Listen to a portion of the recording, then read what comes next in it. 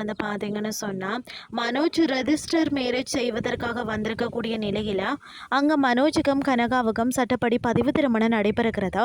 அந்த திருமணம் நடந்து முடிந்த கையோடு கனகாவின் அம்மாவிடம் பேசும் ஜோதிடர், இனி மனோஜ் தான் உங்கள் மருமகன்னு சட்டப்படி பதிஞ்சாச்சு என கூறுகிறார்.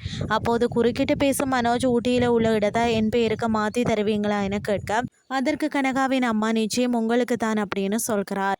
பின்னர் வந்து ரெஜிஸ்டர் அலுவலகத்தின் வாயில நின்று அனைவரும் பேசி கொண்டிருக்க, அப்போது முத்துவும் மீனாவும் வெளியே வராங்க. அவர்கள் தங்கள் வீட்டில் மாடி ரூம் கட்ட அனுமதி வாங்க அங்கே வந்திருக்கிற நிலையில காரில் ஏறும் முன் மீனா மனோஜை பார்த்து விடுகிறார். அப்போது முத்துவும் மீனாவும், நீ எங்கடா இங்க அப்படின்னு சொல்லி மனோஜிடம் கேட்க, அப்போது ஜோதிடரையும் கனகாவையும் காட்டி இவர்களுக்கு ரெஜிஸ்டர் மேரேஜ், அதற்காக கையெழுத்து போட வந்தனா அப்படின்னு சொல்லி சமாளிக்கிறார். இதை நம்பி முத்துவும் அங்கிருந்து வந்து கிளம்புகிறார்.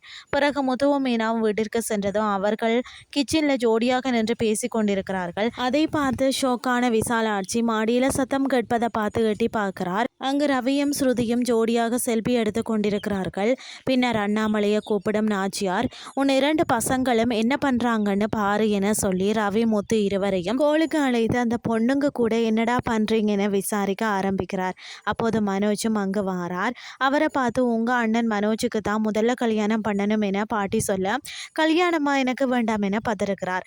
இதனை அடுத்து பார்த்தீங்கன்னா மனோஜ் ஸ்டோர் ரூமுக்கு கிளம்பி செல்ல அங்கு ரோஹிணி கிறிஸுடன் வந்து அதிர்ச்சி கொடுக்கிறார்.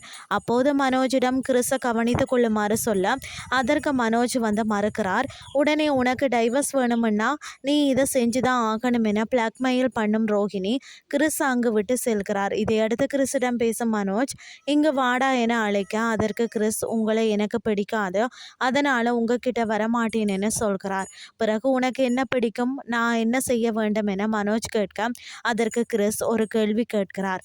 அத்துடன் இன்றைய எபிசோட் முடிவடைகிறது.